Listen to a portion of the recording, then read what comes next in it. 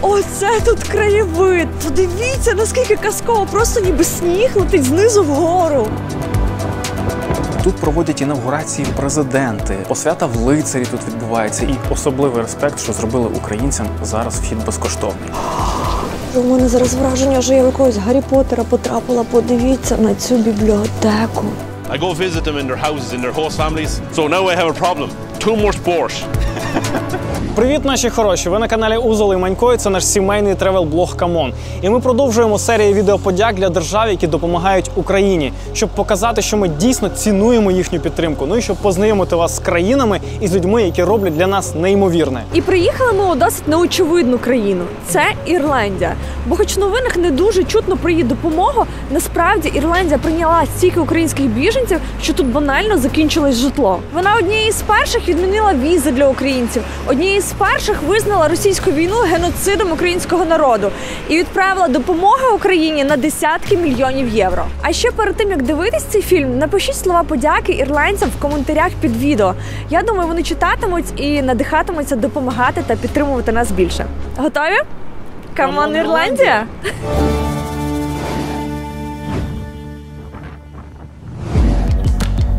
Ірландія – це острів в Атлантичному океані поруч з Британією. Ірландія – це вічно зелена країна, а морозів узимку тут майже не буває. Ірландія – це мох на камінні і дощ. А ще Ірландія – магічна країна. Тут вірять у фей, лепреконів та інших чарівних істот. Але в першу чергу Ірландія – це неймовірна природа. Тому Дублін, тобто столиця, почекає, а ми для початку їдемо насолоджуватись ірландським природним багатством. Так, народ, сьогодні ми вирішили подивитися західний берег острова, узбережжя Атлантичного океану, бо саме там знаходяться топові точки острова. Вирішили їхати екскурсійним автобусом, бо так виходило нам найбільш адекватно і по грошам, і по часу. Екскурсія на цілий день коштує 68 євро з людини. І заїдемо ми одразу у кілька топових точок острова. Ірландія – невеличка країна, тому з одного краю острова до іншого добиратись всього 3 години. Ми вже проїхали половину острова і таки правду кажуть, що острів дуже зелений. Хоча зараз зима на дворі, подивіться, яка зелена трава, зелені поля, зелені дерева. У мене просто шок. Дуже круто. До речі, в Ірландії лівосторонній рух. І це одна з причин, чому ми не орендували авто, а поїхали автобусним туром. Ще трішки ірландським серпантином, і ми на місці. Ну що, ми приїхали в найбільш популярне і найбільш видовищне місце Ірландії, в яке я просто мріяла потрапити. Це скелі Мохер, правда? Просто здуває з них тут такий вітрюган. І це ми ще до краю скель не дійшли. Одесь там Атлантичний океан, ми нарешті його зараз побачимо. Круто.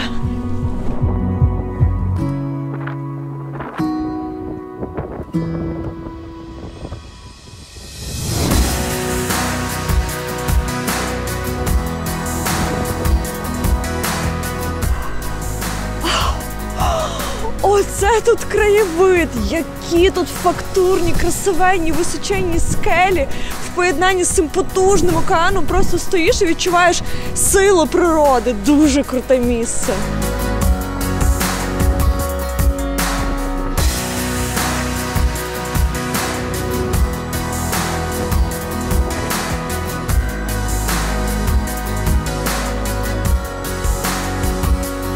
І ще й сьогодні така легка димка, і екскурсовод сказав, що нам дуже пощастило, що поки немає дощу, бо зазвичай тут дощить. Тому ми сьогодні щасливчики. Круто!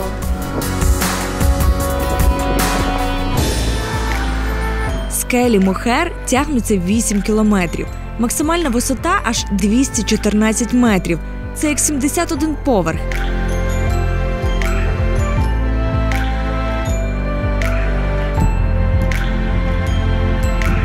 А вздовж скелястого берега Мохер йдуть стежки. Тут можна прогулятися, щоб знайти нові ракурси на скелі та океан. Найепічніша і найбільш фотогенічна оглядова точка на скелі біля вежі О'Брайенс. Місце, звичайно, дуже кіношне. І тут, до речі, знімалися фільми. Один із найвідоміших – це «Гаррі Поттер і принц напівкровка». Саме тут, в печері скель Мохер, Волдеморт сховав частинку своєї душі. А ще тут дуже смачне волосся, правда? Я пішла. Так, на скелях практично завжди вітряно. Причому часом пориви такі, що з ніг здуває. В прямому сенсі. Ти божечки.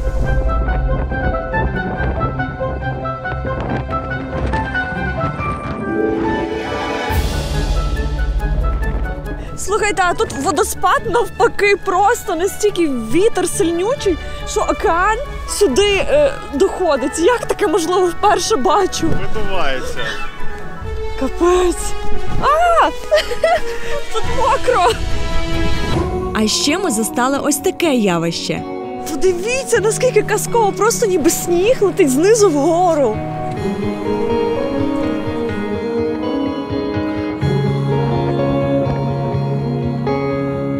Always on a high, you were always on my mind, dear Wichita. The days we were told would never grow old here in Wichita.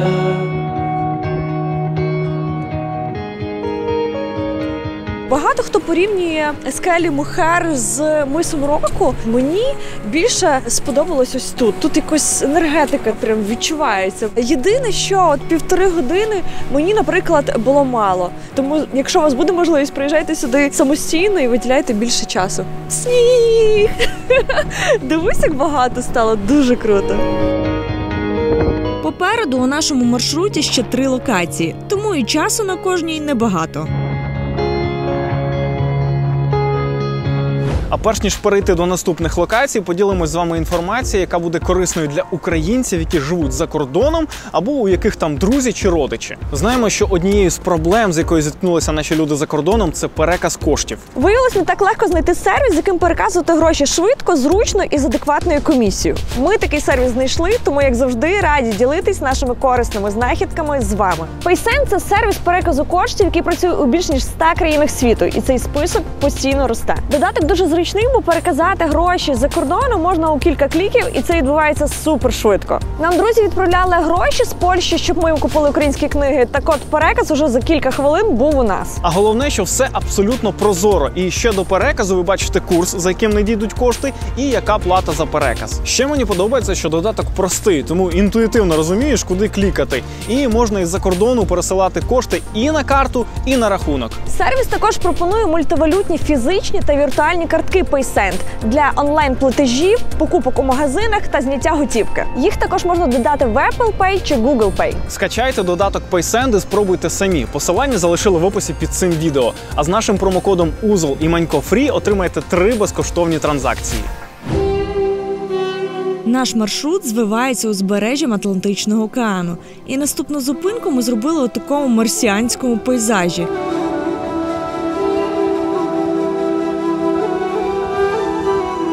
Краєвид заворожує.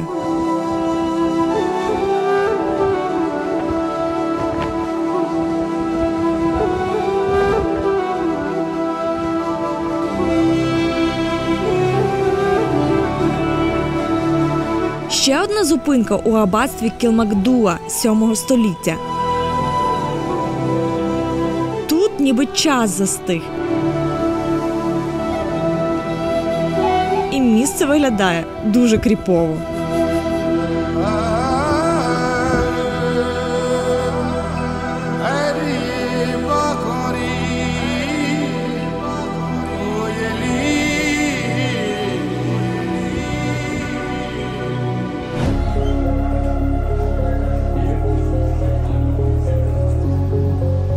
І фінальна локація в нашому маршруті – це старовинне портове містечко Голловей.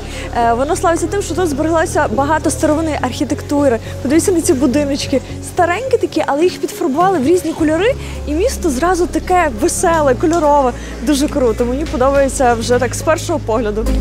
Тільки на перший погляд Голловей – тихе та спокійне містечко. Насправді це фестивальна столиця Ірландії. І тут за рік в середньому проводять 120 фестивалів та різних заходів.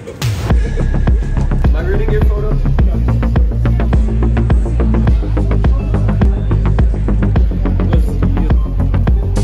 потрапили в безфестивальний день, тому просто прогуляємось містом.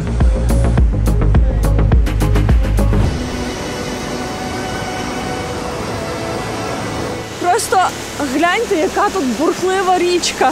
Мені здається, купатися просто неможливо. Зато можна серфити. Макс, діставай серф.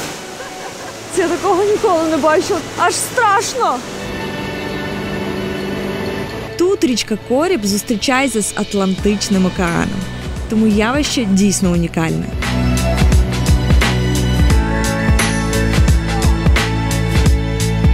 Слухайте, якщо перейти через річку, то тут дуже гарний оглядовий майданчик, де можна побачити набережну, і ці кольорові будиночки виглядають дуже красиво.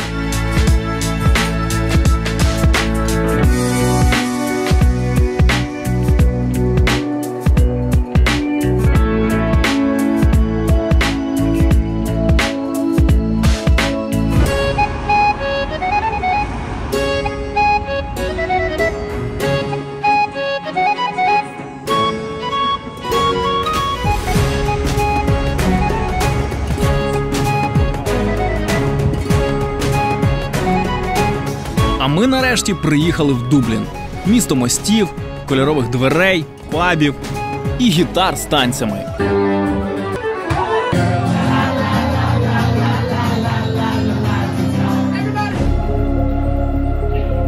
Ну, щоб краще познайомитися з містом, ми взяли оглядову екскурсію із гідом із України, до речі, яка вже 15 років живе тут, звати її Заріна. Давай знайомитись.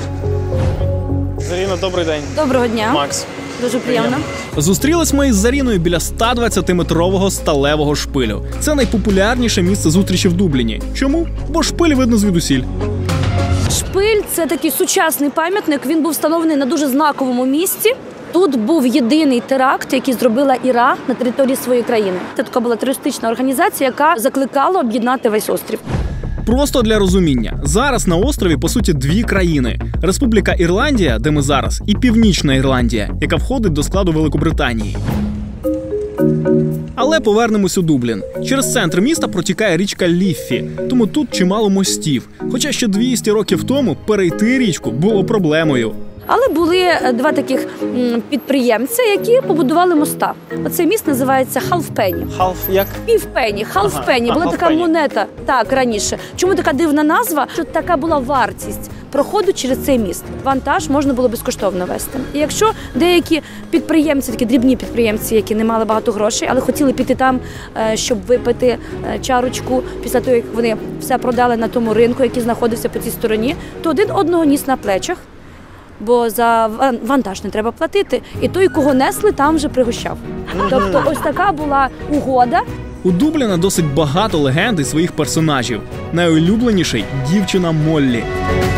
Моллі Малоун – це такий символ краси дублінських жінок. Багато ірландських письменників писали про неї, є вірші про неї, є пісні про неї. І в кожному ірландському пабі буде грати пісня про Моллі Малоун, дівчину, яка продавала морепродукти.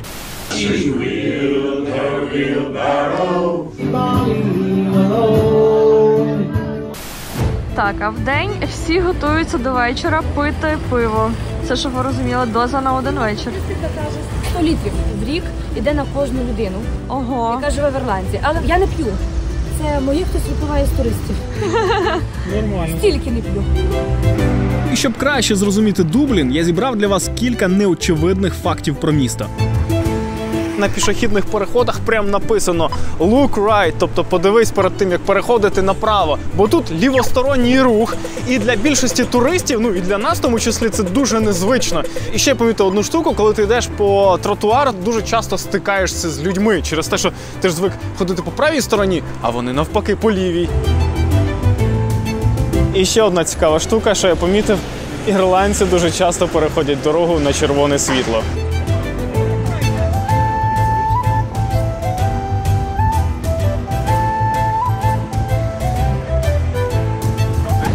Ще одна дивовижа – як тут паркують тачки. На парковку машини ставлять на нейтралку, а не на паркінг, як у нас. Кого піджали, можуть просто відпихнути чужу машину і виїхати. приходиш ти такий забрати свою машину, а її нема, вона вже десь в кінці вулиці. Дуже неочікувано бачити в Дубліні пальми. Я до сих пір не розумію, як вони тут виживають. Мабуть, тому, що мінусової температури тут майже ніколи не буває. Але і це не всі дива. Дуже цікава ситуація в Ірландії з мовами. Так, тут усі говорять англійською, це одна з офіційних мов у цій країні, але зі здивуванням для себе ми, коли приїхали сюди, дізналися, що існує ірландська мова. І мало того, це єдина у світі кельтська мова з офіційним статусом. Вона тут теж державна. І зараз її намагаються дуже сильно популяризувати, тому що насправді не дуже багато людей нею поки що говорить. І тому в місті на інформаційних табличках спершу пишуть ірландською, а потім дублюють англійською. Причому, коли ти намагаєшся прочитати ірландською, ти розумієш, що ти нічого не розумієш. Ти навіть не можеш перекласти жодного слова. Вон, написано «Данлан пхара антеампаїл». Типу, що це означає? Я навіть не можу здогадатись і близько. Можна прочитати англійський варіант. А, ну так. Temple Bar Gallery. Все просто. Знаєте, в Ірландії в мене з'явився комплекс, бо враження, що я взагалі не знаю англійської. По-перше, місцева англійська сильно відрізняється від тієї, яку я звик чути. А по-друге, місцева вимова така, що доводиться сильно прислухатися, щоб розібрати. Наприклад, літеру «ю» вони читають не так, як ми звикли, а як «у». Наприклад, не Sunday, а Sunday, не funny, а funny, не 100, а 100. Взагалі, я шкодую, що з дитинства не приділяла достатньої уваги інглішу, бо зараз це must-have у більшості професій. Тому, якщо у вас є діти, зробіть найкращу інвестицію у їхнє майбутнє. Запишіть у школу інгліша. Наприклад, є українська онлайн-школа англійської All Right. Вона якраз для діток від 4 років. Програму навчань, що важливо, там підбирають під кожну дитину, враховуючи її захоплення і рівень знань. А ще навчання інтерактивне. На уроці малюють, граються, дивляться мультики, співають пісні. Тобто навчатись цікаво і слова запам'ятовуються легше. Також ви можете вибрати викладача, подивитись його відеовізитку та почитати відгуки інших учнів. А якщо досі сумніваєтесь, запишіть свою дитину на безкоштовний пробний урок від школи All Right. А з промокодом BONUS15 отримуєте 15% знижки на пакети 36 і 72 уроки. Посилання залишили в описі. Реєструйтесь.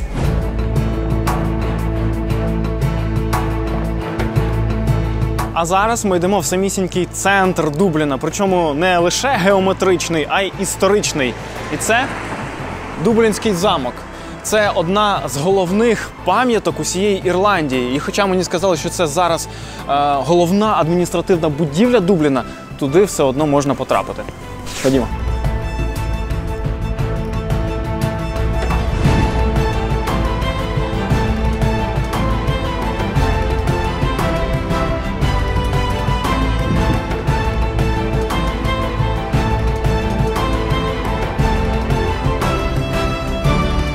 Насправді дуже гарне і неймовірно збережене місце, незважаючи на те, скільки йому років. Так, щоб ви розуміли, взагалі тут колись була фортеця вікінгів, а конкретно замок, який тут знаходиться, бере свою історію з 13 століття. Ясна справа, що з тих пір тут дуже багато чого перебудували, добудували, ну і явно ось конкретно ось ці будівлі значно свіжіші. Але це робили не тому, що на замок нападали. Насправді, за всю його величезну історію його жодного разу не штурмували, не брали в облогу. Єдине, що йому трошки підзіпсувало життя, це пожежа в 17 столітті і час. Хоча таке враження, що час його навіть і трішечки не зіпсував. Як нова копійка. Угу. Як новий пенні. Вхід на територію замку вільний, а от щоб потрапити всередину, потрібно заплатити 8 євро, з гідом 12. Що приємно, для українців зробили безкоштовний вхід.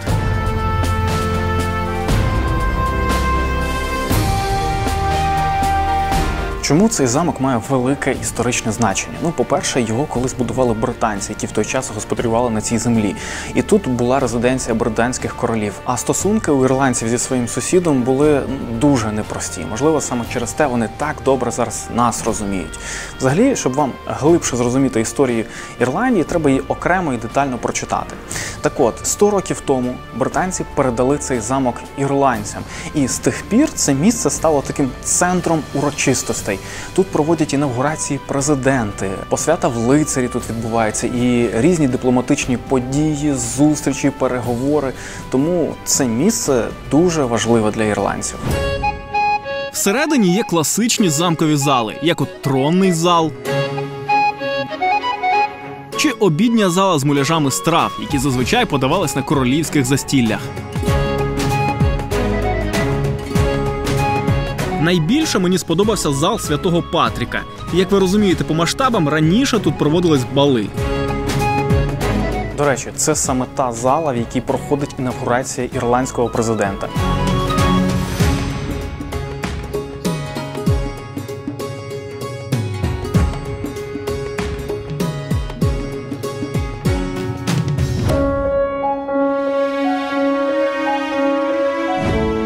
Крім помпезних королівських інтер'єрів, у замку чимало кімнат з важливими історичними експозиціями. Насправді цей замок дуже мультифункціональний, в ньому дуже багато виставок, які присвячені страшним подіям Першої світової, Другої світової, концтаборам, Голокосту і взагалі подіям, які дуже сильно перекликаються із ситуацією і подіями сьогоднішніми в Україні. Наприклад, під час Першої світової у цьому замку знаходився військовий госпіталь, де відновлювались солдати. І конкретно ось в цій кімнаті навіть зберегли ліжко, яке використовувалось у цьому госпіталі. І коли ти підходиш до цього ліжка, бачиш цю картину, розумієш, наскільки близько це сьогодні до нас, до українців.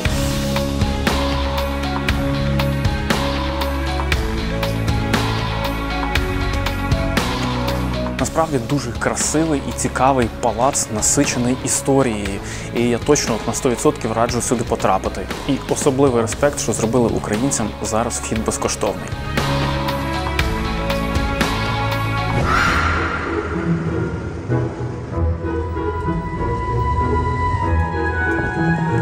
Знаєте, за півдня в Дубліні ми зрозуміли, що це таки досить дороге місто. Хоча навіть тут є багато місць для бюджетних туристів і навіть кілька музеїв, куди вхід абсолютно безкоштовний, наприклад, Національна галерея. Але мені хотілося подивитися якісь більш крафтові, лампові місця.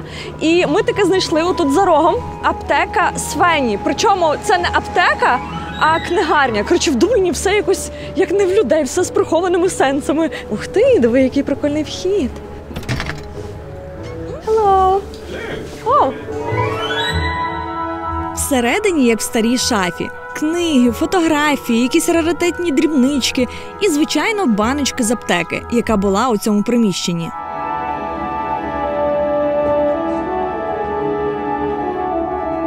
Excuse me, it's pharmacy or bookstore? It's a museum. It's a bookstore. We sell books. We sell T-shirts. And where are you from? Ukraine. Ah, we like the Ukrainians. We even have a copy of you says in Ukrainian as well. And I'm sure you'll understand that. Ого, дивись! Джеймс Джойс українською, Улісс. Це, до речі, найвідоміший письменник ірландський. Це як в нас Шевченко. І його найвідоміша книга «Улісс». Джеймс Джойс заходив у цю аптеку, коли вона ще була аптекою. І навіть описав її в одній сцені Уліссу. Тому тут і відбиток його обличчя є, і книги Улісс різними мовами світу, і читання твору проводять часто. А ще Піт Джей, так звати чоловіка, сказав, що зараз в Свені часто заходять українці. We identify very much with the Ukrainians because the same thing happened to us. Yeah, I understand. And that's why when what happened to you happened, we said, okay, come and live here with us. Oh, it's so nice. Thank you very much for support. It's really... Well, it's very important for us. Взагалі, аптека Свені зараз – це такий собі культурний центр, де завжди можна натрапити на щось цікаве. Як мінімум, у Піт Джея завжди гітара під рукою.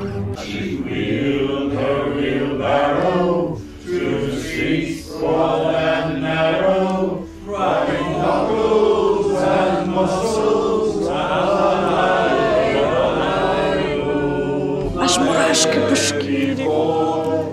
До речі, всі ірландці, з якими ми встигли поговорити в Свені, підтримують Україну та українців, що нас дуже розчулило.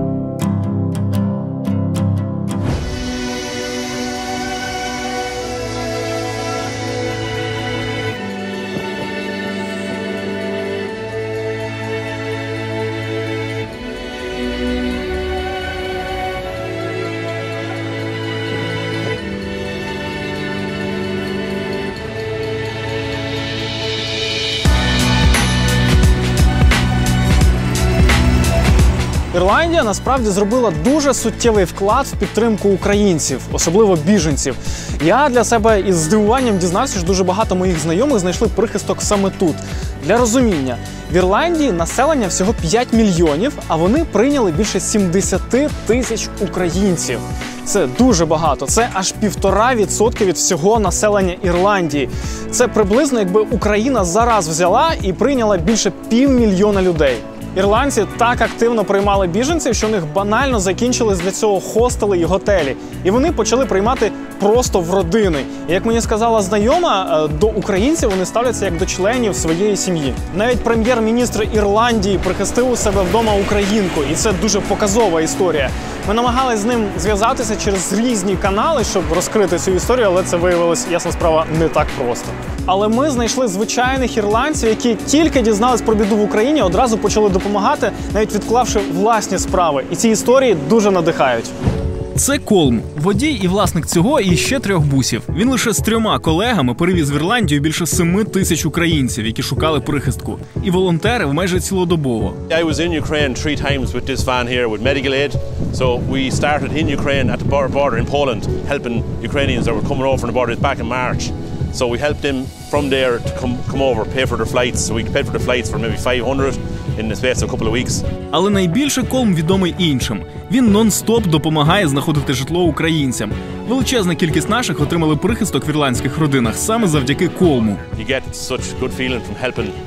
You just all I get, the biggest payment I get is a hug from a little kid or a woman. That's it. А знаєте, як ірландець знаходив домівки для українців? По Фейсбуку. Гляньте на Фейсбук Колма. Host needed. Room needed. Home needed. І вся стрічка така в нього. Crazy. It's crazy. It's crazy, but it works. І навіть після заселення Колм навідується в гості до українців, щоб глянути, чи все в них добре, і ще по одній справі. I go visit them in their houses, in their host families, and all I want to do is cook. Cook, and cook. And feed Colm. So now I have a problem. It's українське пузо. Пузо, yeah. Borscht. We named it Пузо. Yeah. Пузо after borscht. Look, too much borscht. Too much chicken, too much cake. I have to visit less, so I lose this. Bye-bye. Bye-bye. А це ірландка Едель. Вона з березня 22-го закуповує для українських дітей, які зараз в Ірландії, книжки українською мовою. I have 2 small children, and when I thought of them and what would happen for me if I had to leave in the circumstances that the Ukrainian families had to do, where they obviously had to take very little. For me, for my children, books are so important. As an Irish person and understanding the importance of language, because obviously we speak English, but we're an Irish country. Our national language is Irish. I just wanted to do something, so I started the fundraising campaign. Едель зібрала більше 5,5 тисяч євро і купила близько 1000 книг для українських дітей. I spoke with one lady who I gave books to in Wexford, and she said that so many of the small children who are in Irish schools are now already getting the alphabet confused. Yeah, it's just so important that they stay reading in the Ukrainian language. I'm so sorry, I have a little tears because it's so touching. Про Едель ми дізналися вже на півдорозі до Ірландії, але дуже хотіли поповнити її дитячу колекцію. Тому знайшли дещо на пересадці у Кракові, хоча я навіть не підозрював, що це буде так складно. I ran around 4 shops in Poland and found the last 2 books, children books. Okay. It's book about cute kitty, Yes. which made our world better. Lovely. That's gorgeous. Thank you very much. The kids will love that. Едель замовляє літературу у великих компаній, як от книгарні Старого Лева, а ще вона підтримує індивідуальних українських видавців, які зараз мешкають в Ірландії, просто купуючи їхні книжки. Helena is a lady who came here with her children because of the war, so she published this book here. Part of one of the things I'm really loving about this is getting to understand and know the culture of Ukrainian people. It's so deep and rich, and I love that. I am a history graduate, so for me it's such a fascinating experience. Якщо ж ви захочете підтримати Едель в її важливій місії, її інстаграм знайдете в описі. Інший відомий ірландець, якого ви точно знаєте, це лідер гурту U2 Боно. Щоб підтримати українців, влітку 22-го відвідав Бучу і потім дав концерт у київському метрополітені.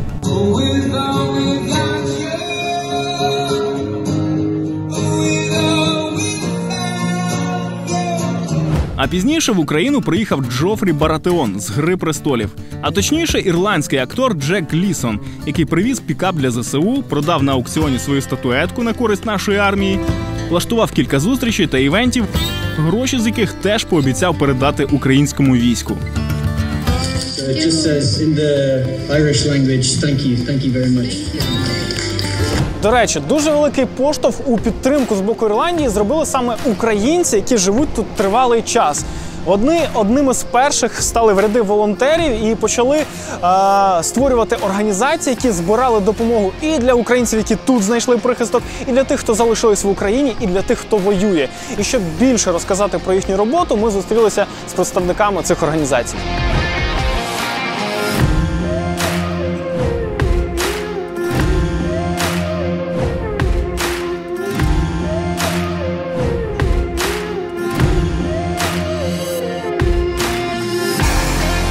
Це Майкл Баскін, а по-старому Михайло, лідер українського кризового центру в Ірландії, офіс якого, до речі, знаходиться в колишній конюшні броварні Гіннес, тієї самої. За 22-й рік ми передали 140 тонн гуманітарки для 8,5 тисяч чоловік. У фокусі центру біженці та армія. Тому відправляють в Україну як гуманітарку, так і дрони, старлінки, купляють і приганяють автівки. Але от конкретно з військовим оснащенням в Ірландії, каже Майкл, було ой як непросто. Мені казали, що в Ірландії ніколи не передасть бронежилети, тому що тут, так склалося, тут відношення до зброї завжди було обережне. І це безпрецедентно, що нам вдалося переломити таку думку суспільства і доказати, що бронежилети теж спасають життя. І, до речі, пам'ятаєте Едель? Так от, це якраз Майкл допомагає їй доставляти літературу. Машини центру везуть гуманітарку в Україну, а назад забирають книжки для дітей. Але наймасштабнішою в плані діяльності є Асоціація українців в Ірландії, яка вже відправила в Україну в основному медичного устаткування на 1,5 мільйони євро. І це лише частина їхньої діяльності. Вони влаштовують освітні заходи, концерти, фести, збори грошей і багато іншого. Ми даємо основний ракурс теж на допомогу тут українцям, які приїхали в Ірландію. Були створені хаби під назвою «Паляниця», щоб отримати речі першої необхідності. Це було дуже актуально на початку, тому що багато людей, як ми знаємо, приїхало зовсім ні з чим. Це було місце, де ти міг отримати якусь першу інформацію. Це Тетяна Антонова, менеджер хабу «Паляниця». Вона вже 18 років живе в Ірландії і каже, що якраз завдяки активності місцевих жителів вдається закривати багато потреб. Вони і донатять, і приносять з дому необхідне. Ірландці – це просто люди з великим серцем. Всі хаби, які в Ірландії є українські, це все ірландці приносять речі. Ми ці речі збираємо, відправляємо в Україну. Тобто реакція на нашу війну трохи притихла вже, але люди думають про нас, вони відгукуються, якщо ти їх просиш. І ми впевнені, що ви теж відгукнетесь, адже нашим захисникам зараз дуже непросто, особливо на найгарячішому нині напрямку на Донбасі. І всі ви знаєте, що дуже багато на фронті вирішують дрони, особливо з тепловізором. Вони допомагають побачити позиції окупантів і рятують життя наших бійців і вдень, і, що важливо, вночі. Тому ми разом з благодійним фондом Act for Ukraine відкриваємо збір на дрон з тепловізором для 110-ї бригади. Наша ціль – зібрати 250 тисяч гривень. Ми віддаємо YouTube монетизацію з цього відео, а для вас залишили реквізити під цим відео. Долучайтесь і донатьте. Діліться цією інформацією з друзями, допоможемо нашим бійцям разом. Слава Україні!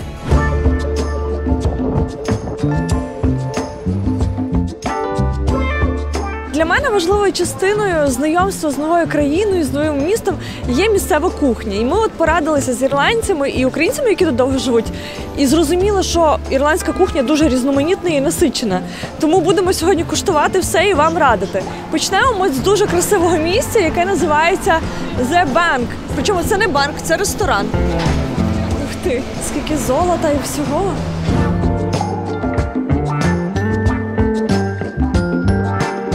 Більше 100 років у цьому приміщенні дійсно був банк. І пишний інтер'єр з різьбленою штукатуркою ручної роботи та вітражною стелею залишився якраз з банківських часів. Слухайте, ця стеля просто мене з розуму зводить. Тут так красиво. Відчуття, ніби я або в якомусь оперному театрі, або в якийсь палац королівський прийшла.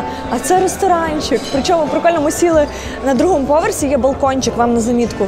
Тут видно абсолютно весь зал. Там внизу грає, до речі, на роялі жіночка, так красиво, хіти класичні. І настрій тут такий, знаєте, приходите в красивій вечірній сукні і в смокінгу. І так по-ірландськи випити пивка. Причому по фону у тебе пиво всі п'ють. До речі, я тут одна, яка не замовила пиво, що дуже дивно для Ірландії. Ми, до речі, замовили традиційний ірландський суп, який називається чаудер. Це крем-суп з морепродуктами. Пахне супер смачно.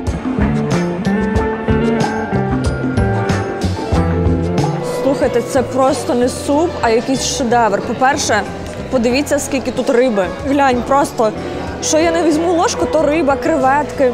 Суп такий ніжний, кремовий, рибка свіжа відчутно, ну прям круто. Тепер це мій фаворит по супам. Колись це був фінський суп, теж вершковий, з лососем, а оцей прям його переплюнув. Цей традиційний суп можна знайти і дешевше, бо 10,5 євро. Ну, це, так скажемо, трошки вище середнього. Але сама атмосфера, ця ліпнина, цей зал красивенний, вартує абсолютно того, щоб за 10,5 євро поїсти тут цей супчик. Знаю, в подорожах часто немає часу сидіти в ресторанах, тому я знайшов швидку їжу. Ми запитали у місцевих, щоб порадили нам якийсь класний фастфуд. І нам сказали, що один з найпопулярніших фастфудів у Дубліні – це Бішоф. Там продається fish and chips, тобто риба і картопля, як тут люблять. Але найцікавіше, що заснував цю мережу, виявляється, одесит Іван Бішоф. Ще 100 років тому він хотів втекти в Штати, через революцію сів на корабель, зупинився в Ірландії, тут його заарештували, а потім він вийшов і зрозумів, що хоче лишитися тут. Став ловити рибу і заснував свою мережу. В Дубліні кілька ресторанчиків Бішоф. Ми вибрали один із центрових, біля шпилю. Тут досить просторо і приємний інтер'єр. Отак виглядає фастфуд за 13,50. Так, коштує він відверто немало, але треба пам'ятати, що це Ірландія, тут все досить дорого для нас. Якщо подивитись, тут таке враження, що цілий сом лежить у мене на тарілці, досить багато картоплі, соус є, лимончик. Ну, виглядає як фастфуд, треба спробувати, наскільки воно смачно.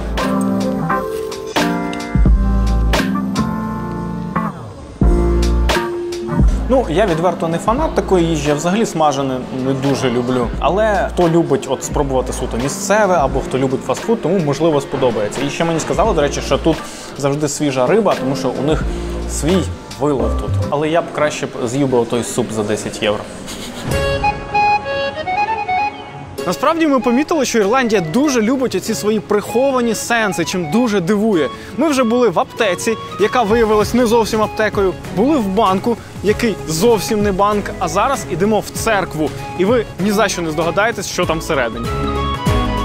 Це протестантська церква 17 століття, яку закрили. Вона стояла, занепадала, а в 2000-х її відновили і зробили всередині бар.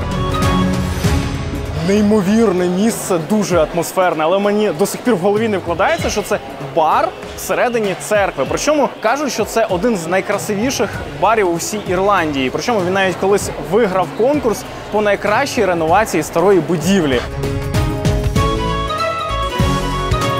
Щоб ви розуміли, раніше в ірландських церквах могли відкривати крамниці, магазини, склади, навіть туристичний центр. Але після шуму, який був навколо бару у цій церкві, ясна справа, що далеко не всім це було до вподоби, не всі були в захваті, ірландська влада вирішила прикрутити трошки гайки і заборонила передавати релігійні споруди нецільовому бізнесу. Так що більше барів в ірландських церквах, принаймні поки що, не передбачається. Ну і це додає ексклюзивності цій споруді.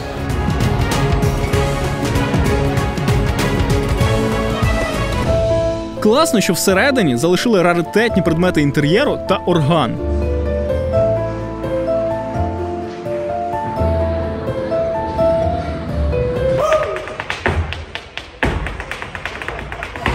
одна з найбільших цінностей The Church, ну, окрім, звісно, атмосфери і інтер'єру, те, що тут по вечорам із неділі по четвер танцюють традиційні ірландські танці.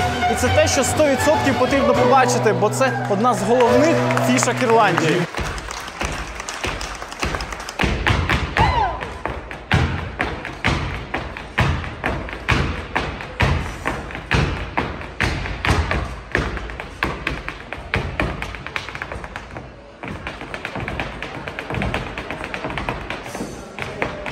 Треба розуміти, що бари в Ірландії – це не просто місце випити. Це частина їхньої культури.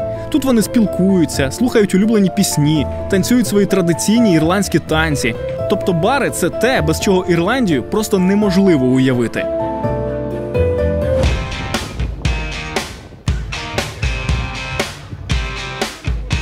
Ввечері в Дубліні не виникає питання, а куди ж піти, бо всі дороги ведуть в Темпл Бар. Це такий райончик, де просто паб на пабі. І в кожному, майже в кожному грає жива музика, ірландські танці, ну і, звичайно, ірландське пиво, куди без нього. Тому сьогодні в нас такий вечірній рейд по пабам Темпл Бару. Найвідоміший, до речі, ось цей The Temple Bar. Дивіться, як він світиться. Просто я стільки світла давно не бачила після України. Так дико, до речі, що стільки світла навкруги. От, будемо тестити спочатку його. Чую, вже там музика є, до речі.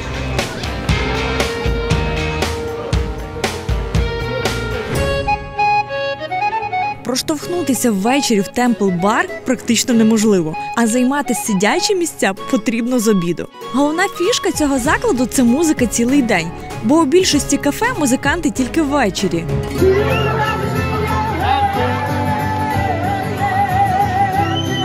Темпл Бар відкрився ще у 1840 році і поки тримає звання найвідомішого пабу у світі. Ну, так вони на сайті в себе пишуть. Але ми на сьогодні запланували водити козу, побачити побільше закладів, щоб зрозуміти, в чому ж унікальність ірландських пабів, чому сюди тягнуться туристи зі всього світу. Почнемо.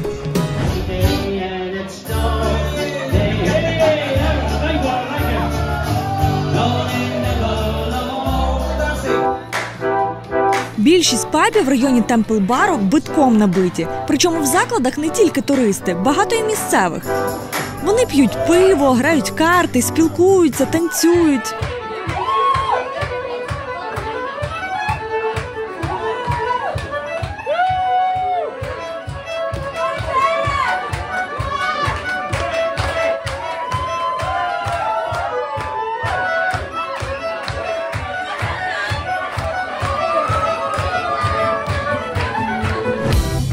Від ірландської музики не стоїться на місці. Хочеться, як ті дівчата, невпинно перебирати ногами. Правда, ціни тут кусаються. Пінта місцевого найвідомішого пива «Гіннес» коштує 6,5 євро.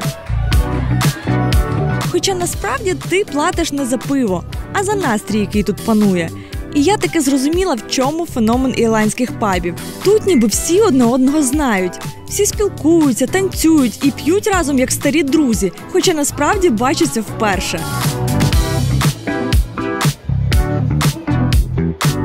Фух, слухайте, ну драйвово в ірландських пабах. Вміють ірландці все-таки відпочивати, вміють веселитися.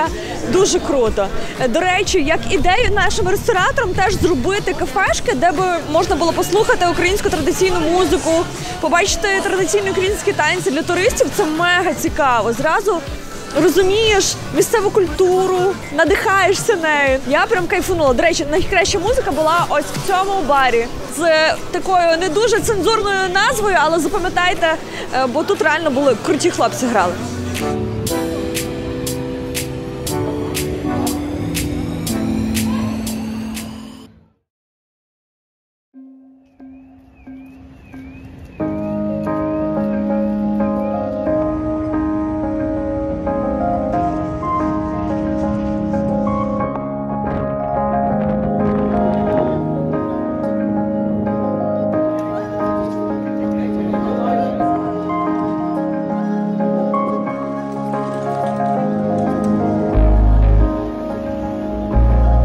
Під минулими випусками з Польщі та Латвії було достатньо багато запитань про те, а як ми добираємось зараз за кордон.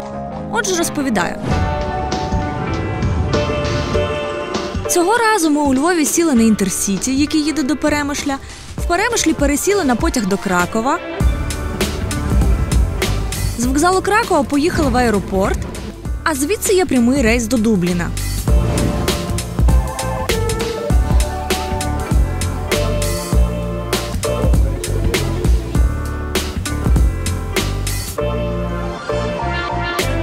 До речі, летимо ми Ryanair. Це найбільший лоукостер світу, і він якраз ірландський.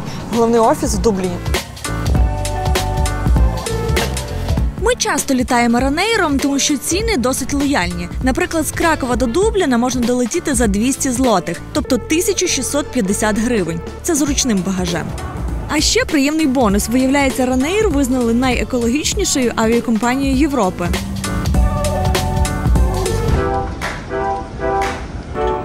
А сьогодні ми продовжимо досліджувати Дублін. Бо крім пабів та архітектури, тут ще багато неочевидних фішечок. Що ще впадає в очі, що тут дуже багато молоді і студентів. Взагалі-то Дублін – це 8-ме краще студентське місто у світі. І бути тут і не подивитися, як виглядають тут університети – це просто якийсь злочин. Тому ми записалися на екскурсію у найпрестижніший і найстаріший університет Ірландії. Називається Трініті Коледж. Його що, Трініті з матриці заснували, чи що? Зараз зайдемо ось так туди. Чекай.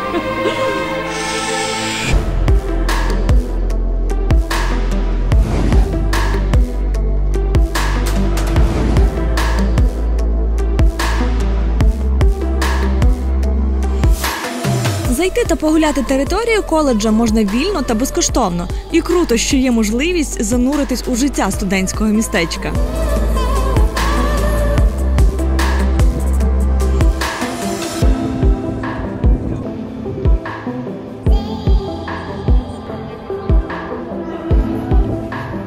Територія університету – це окремий вид задоволення. Недарма «Таймс» визнав кампус Трініті коледжу одним із найкрасивіших у світі. Зелені газончики, величні будівлі, стіни яких бачили ще Оскара Уайльда та Джонатана Свіфта. Вони тут вчились. Правда, зараз навчання тут не кожному по кишені. Адже в середньому викласти доведеться 20 тисяч євро на рік. Найбільше туристів приходять в Трініті коледж подивитись бібліотеку. Сюди вже вхід платний – 18 євро. Але українцям безкоштовно, як і у багатьох туристичних місцях Дубліна. Боже, у мене зараз враження, що я в якогось Гаррі Поттера потрапила. Подивіться на цю бібліотеку.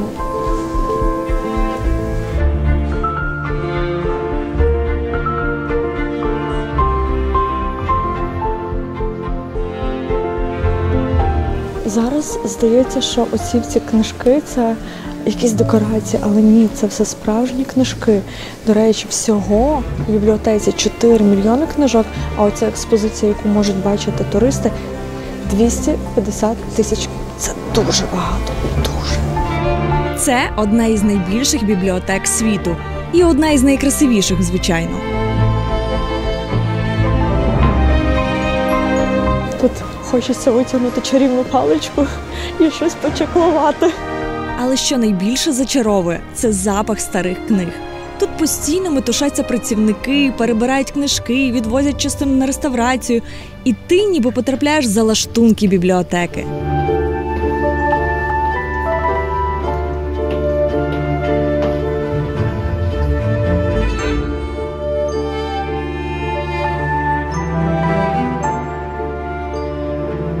Взагалі найцінніше, що є у цій бібліотеці, це кельтська книга 800 року. Але знімати її категорично заборонено, тому я зараз піду у цю темну чорну кімнатку, подивлюсь і розкажу вам як. Кельтській книзі тут присвячена ціла виставка. А прикольно, що їй 800 років, а вона збереглася як новенька, бо вона написана на шкірі.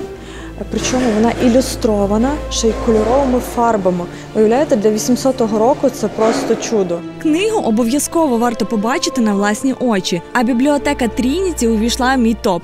Разом із Національною бібліотекою, яку ми знімали в Ризі. До речі, якщо пропустили серію з Латвії, гляньте. Будете здивовані, скільки там всього цікавого.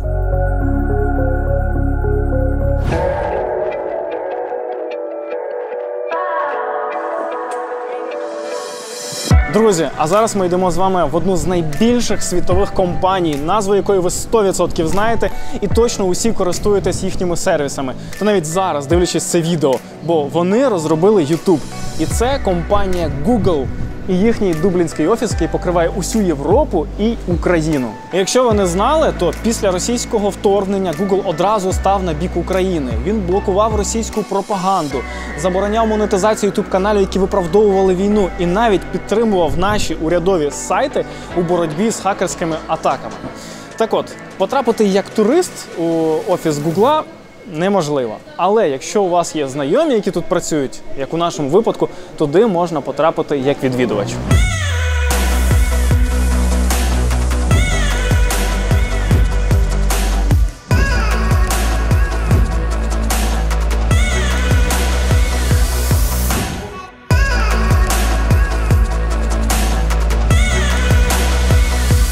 Круто. Привіт, Андрій. Привіт, Макс. Андрій працює в Гуглі з 2012-го і зараз керує командою в Google Cloud. Це така штука, яка зберігає у себе фотки і відео з ваших телефонів і має ще купу корисних сервісів. А не ображається, до речі, коли кажуть в Гуглі, а не в Гуглі? Ну, ми прості люди відкриті. Скільки тут українців взагалі працює? Взагалі в офісі тут працює майже 9 тисяч людей. Тобто з 9 тисяч, кількасот українців точно є. Може, ти нас познайомиш? Я, до речі, була одною з перших українок, яка працювала в дублінському офісі. Тоня, до речі, якраз розробляла сервіс Shelter.ua. Я пам'ятаю його на початку повномасштабного вторгнення. Він допомагав українцям знаходити прихисток. Так, була така справа? Було таке. Ми робили все, що могли. Ми просто 360. Ну а тепер погнали ближче знайомитися з Гуглом і тим, як він працює. Ірландський офіс – це аж 8 будівель. Треба ж десь 9 тисяч людей посадити. Між будівлями футуристичні переходи, які схожі на коридори космічної станції з якогось голлівудського фільму.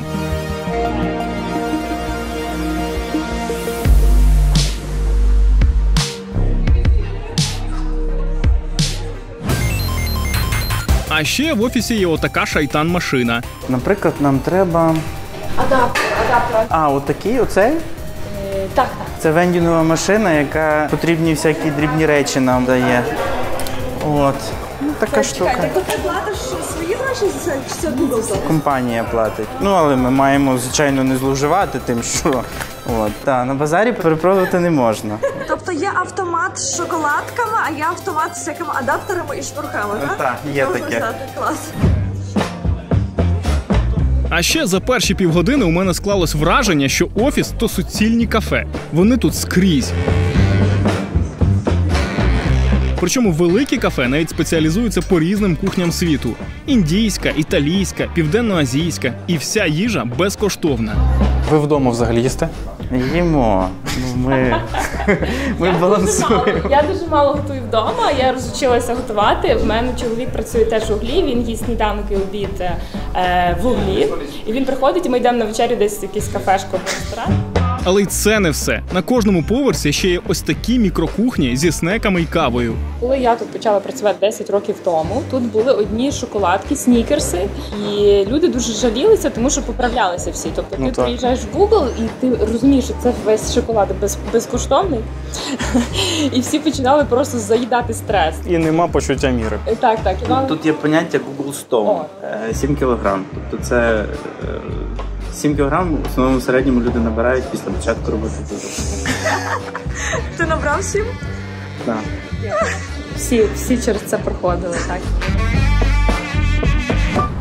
Потім ми свідомо дійшли до того, що нам не потрібно стільки шоколаду, і ми почали просити, щоб нам давали більш здорову їжу.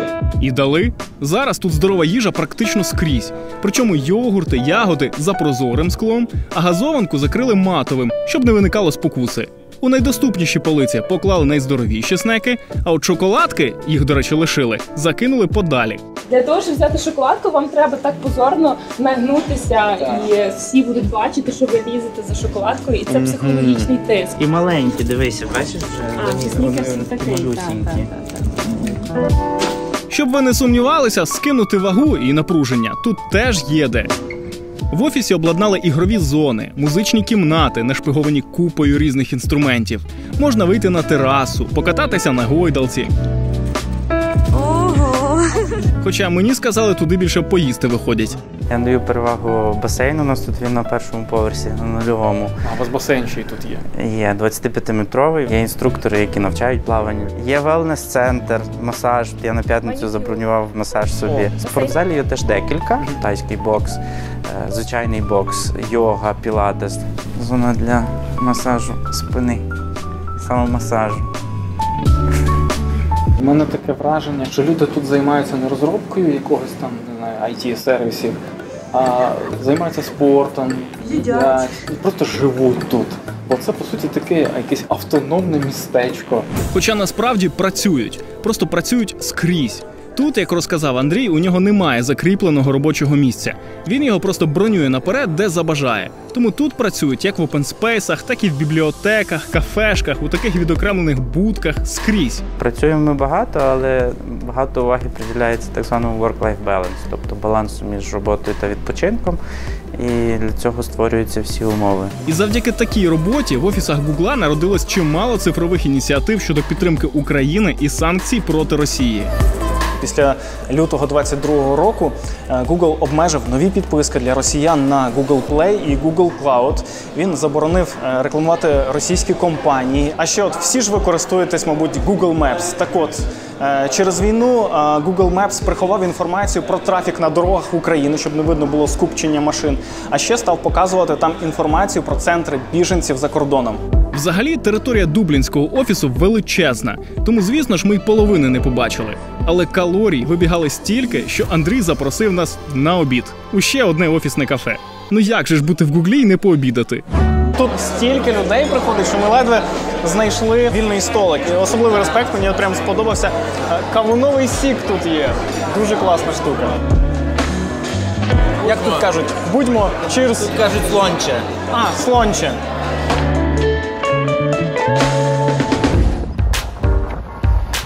Після офісу хочеться зануритись у природу. У Дубліні з цим проблем немає. Тут досить багато парків, скверів і зелені на вулиці. Причому навіть якісь екзотичні пальми ростуть, що мені взагалі дуже дивно було в першу чергу побачити в Ірландії. Пальми зимою. І, до речі, що цікаво, офіційно весна в Ірландії починається 1 лютого. І на початку лютого вже все цвіте і буяє. Тому ми зараз йдемо дивитися міський парк Дубліна, який називається Фенікс Парк. Це, до речі, ще й найбільший міський парк Європи.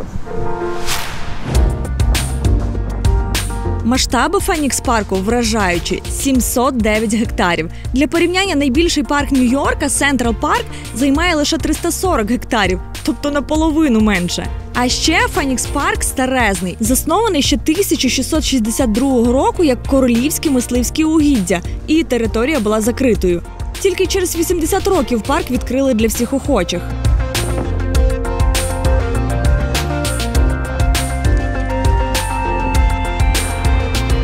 Слухайте, ну парк просто гігантський. Ми йдемо і навіть не дійшли до середини. Тому вам на замітку, по всьому парку прокладені велодоріжки, і сюди дуже зручно приїжджати на велосипедах. Причому в Дубліні є така класна штука, що громадські велосипеди можна взяти на півгодини безкоштовно. Потім можна поставити десь цей велосипед на парковку їхню і знову взяти ще один на півгодини. Тому ось така вам, мене зараз здує ірландський вітер, щоб ви розуміли, тут майже щодня ось так от. Тобто робити укладку не обов'язково в Ірландії. Територією Фенікс-парку навіть пролягають дороги, і можна припаркуватись, наприклад, посеред парку чи біля місця, яке хочете відвідати. Найбільша фішка Фенікс-парку – це все-таки те, що тут можна зустріти оленів, які тут бігають і живуть. От, і ми, до речі, натрапили на оленячі сліди. Гляньте! Тобто вони десь близько, бо сліди ці свіжі. Відчуваю, що тут був олень недалеко. Оля, взагалі-то так послід нюхають. Олені якраз тут залишились після королівських мисливських угідь. Зараз, звичайно, на них в парку ніхто не полює, ну, окрім туристів. Наше полювання поки марне. А ще в Фенікс Парку живе сам президент. Тут його офіційна резиденція. І кожен бажаючий може потрапити до нього в гості. Але, на жаль, ми приїхали в момент, коли в президента канікули від відвідувачів. Але для вас корисна інфа. В парку є візитор-центр, і саме там ви можете взяти квиточок безкоштовний і пройти сюди на екскурсію. Правда, треба вистояти живу чергу. Екскурсії проводять тільки по суботам і є обмежена кількість людей, тому good luck, напишете, чи потрапили сюди.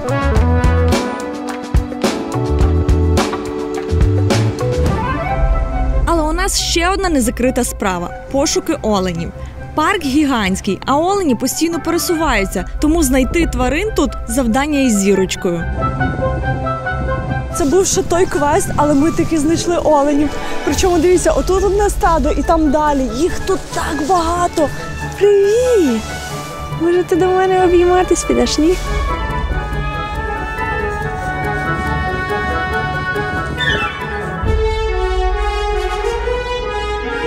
Щоб вам було легше знайти тваринок, орієнтир – хрест або місце, яке на гуглі називається Park Benches. Так прикольно, що тут ці олені так прям близько підходять. Дівчинка морква його приманила до нас. Цей рогатий, красивий, правда?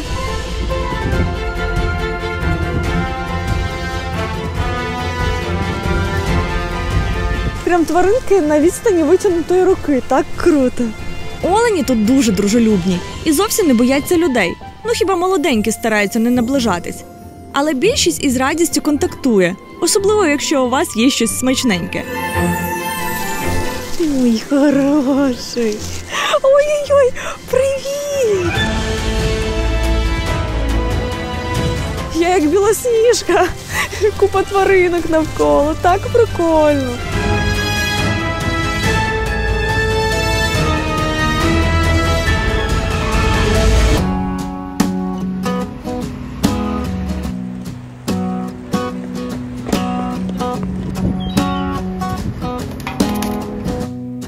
Ірландія – неймовірно красива країна, а ірландці надзвичайно добрі, чуйні, відкриті і завжди готові допомогти. І взагалі ми для себе виявили, що у нас з ірландцями набагато більше спільного, ніж з деякими сусідами, з якими у нас спільний кордон. Ірландці теж пережили бідність, голод і боротьбу за незалежність. Тому дякуємо цій країні за підтримку українського народу у нашій боротьбі. Геремія Магакет. А вам дякуємо за підтримку україномовного контенту. Ми бачимо всі ваші лайки і читаємо коментарі. Також нагадуємо про наш збір. Всі реквізити залишили в описі під відео. Любимо вас! Па-па!